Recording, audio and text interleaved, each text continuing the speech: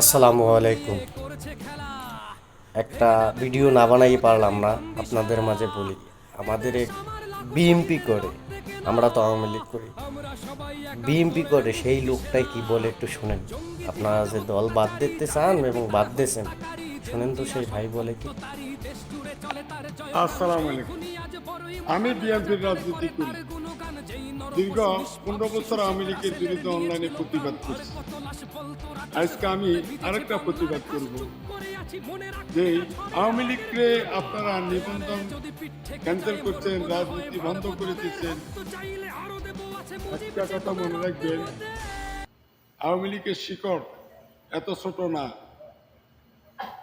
এটা অনেক বিশাল একটা শিকড়, আটলান্টিক মহাসাগরের মতন, যার কোনো নিচের সন্ধান পাওয়া যাবে না। আর আওয়ামী লীগ একদিন এমন ভয়ঙ্কর রূপে বাংলাদেশে প্রবেশ করবে, আজকাল যারা মিষ্টি বিতরণ করতেছেন, বাহা করতেছেন, উটকিতে তালি দিতেছেন, যারা নিষেধাজ্ঞা জারি করতেছেন, আপনাদেরকে কিয়ামত পর্যন্ত নিষেধাজ্ঞা করে দিবে। তখন আপনারা কি করবেন? তখন কি করবেন? গুগু দেখছেন, গুগুর ফাঁক দেখেন নাই। মানুষ দোষগুণ হয়ে থাকে। আওয়ামী লীগ যদি অপরাধ করে তার বিচার করেন, আর আওয়ামী লীগকে যারা শেল্টার দিছে, পিছনে সহযোগিতা করছে, তাদেরও বিচার করেন।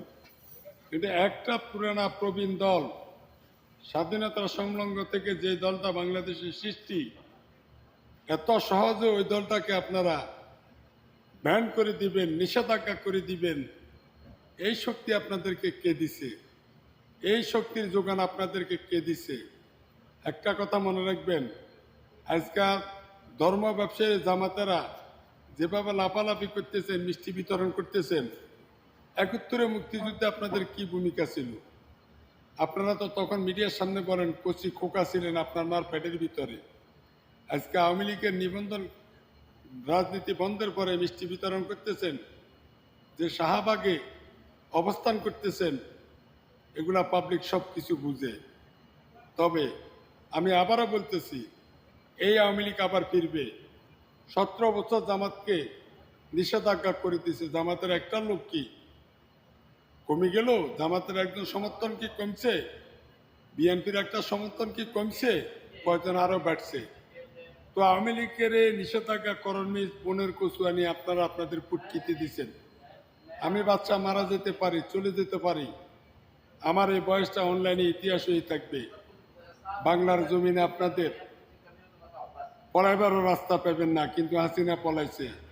আজকে এই দিনের এই কথাটা লিখে রাখেন। ধন্যবাদ, সবাই ভালো থাকেন।